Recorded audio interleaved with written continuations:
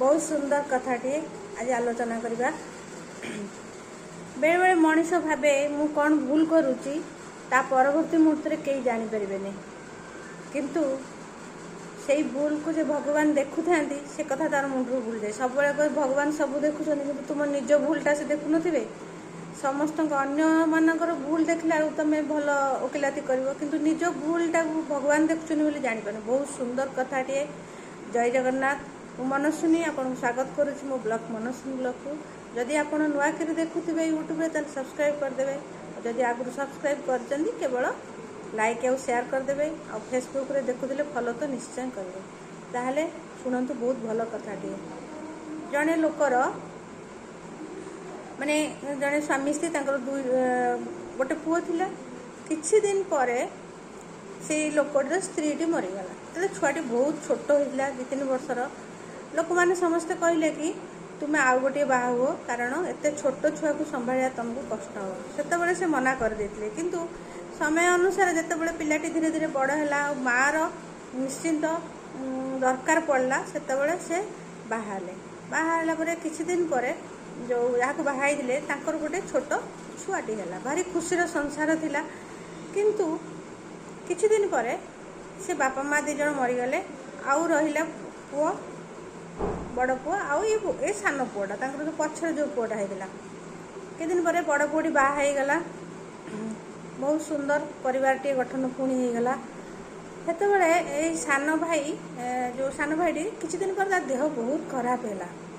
भाउज जो बड़ भाउज कहले तार भाई की कहले आम केते सेवा करवा ये पिलार ये तो माने कौन हो माने कहते सौतुणी भाई जोटा कहती माने सौतेला भाई ये तो आम निज पुओ नुह निज भाई नुह किंतु बड़ भाईटी बहुत भल पाउला से भाई सान भाई की पुओ भाया ना बहुत पछरे जन्म होता किंतु समय अनुसार तार स्त्री कथार पड़िकी आउ से भाई एत रोगिणा है बहुत पैसा पतर खर्च है कि भल है। स्त्री कहला कि आउ ये कहीं जापर रोगिणा है आम ताकू स्लो पॉइजन देदेवा मारदेवा।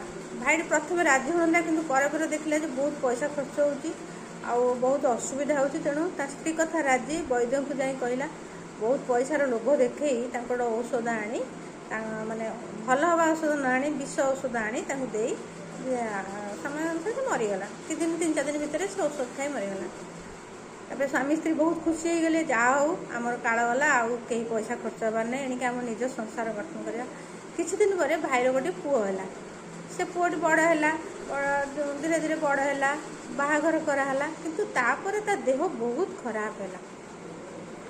एते खराब है सब बेले शଯ୍याशायी होगला। बहुत पैसा खर्च कले स्त्री से पुअर स्त्री सब देखी देखी बहुत मन दुख कर तार किसी दिन पर हार्ट स्ट्रोक होगला सी भी मरीगला। आउ तार माने बापा माँ पुओटी गोटे बोली पुओ सब बेले शଯ୍याशायी है। बहुत मन दुख करती बापा माँ कहीं एमती हो। दिने कौन है से जो पुओ जार देह खराब होता से कहला भाई आउ कौन भल है ये कहला तो मुंड कौन खराब है। बापा कहला मुंड कौन खराब है मत बापा कौन भाई डाकिलुण ना ना ना तमें मो भाई आउ मन अच्छी तमें मुझे रोगिणा होती मत तमें विष देकी मारदे कहला आश्चर्य कहला ये केमती कथा जानला ना मुझे पुणी तुम पुओ रूप से जन्म होती से तुम पैसा खर्च करनी बोली मत सौतुणीर पुओ बोली मारिदे। आज तुम्हें जो गर्भ अहंकार करना पुओ गर्भ अहंकार कर आज सबू पैसा तुम सरला तथापि मु भल हेबिनी मु मरीजी। एबे जान लो जो भाई की विष देथिल यही जन्म रे पुणी फेरी आसी तुम कोल जन्म ही सबू तुमको ही दुख देवी। मारिबार जो दुखटा तुम पाखे किसी नाला पुओ मरबार दुखटा तुम जापर ना। तेणु सब बेले मन रख कहार टिके भी क्षति कले पुणी बुली बुली तुम पाक पलि आस से समय आस भाव कि माँ चले कि मुझा करदेली कहीं जापर ना किंतु क्या भी तुम कर्म छाड़नी भगवान को भी छाड़नी आ तुम लोक मान कौन छाड़।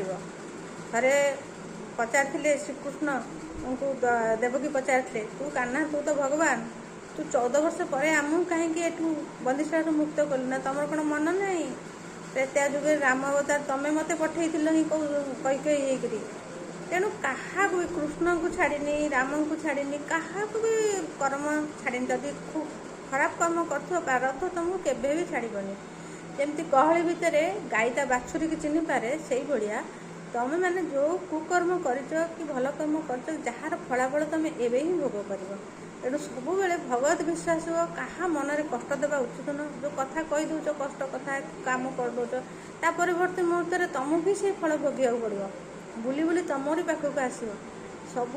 ତେଣୁ ସବୁବେଳେ ଚେଷ୍ଟା କର ସମସ୍ତଙ୍କୁ ଭଲ କଥା କହିବା, କାହା ମନରେ କେବେ ଦୁଃଖ ଦେବନି, କାହାକୁ ଚିଟ୍ କରିବା ଦରକାର ନାହିଁ।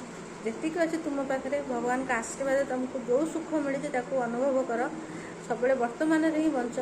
କ'ଣ ଭବିଷ୍ୟତରେ କାହାଠୁ ଠକେଇ ନେଇକରି ଯୁଦ୍ଧ କରିକି ନେଇ ଆସିଲେ କୌଣସି ଦରକାରରେ ଆସିବନି। ଭଗବତ ବିଶ୍ୱାସ ହୁଅ, ପରିବାର ସମସ୍ତଙ୍କୁ ଭଲ ପାଅ, ବାପା ମାଆଙ୍କୁ ଭକ୍ତି କର, ଦେଖୁ ତୁମମାନେ ବହୁତ ଆଗକୁ ଯିବ। ରହୁଛି। ଜୟ ଜଗନ୍ନାଥ।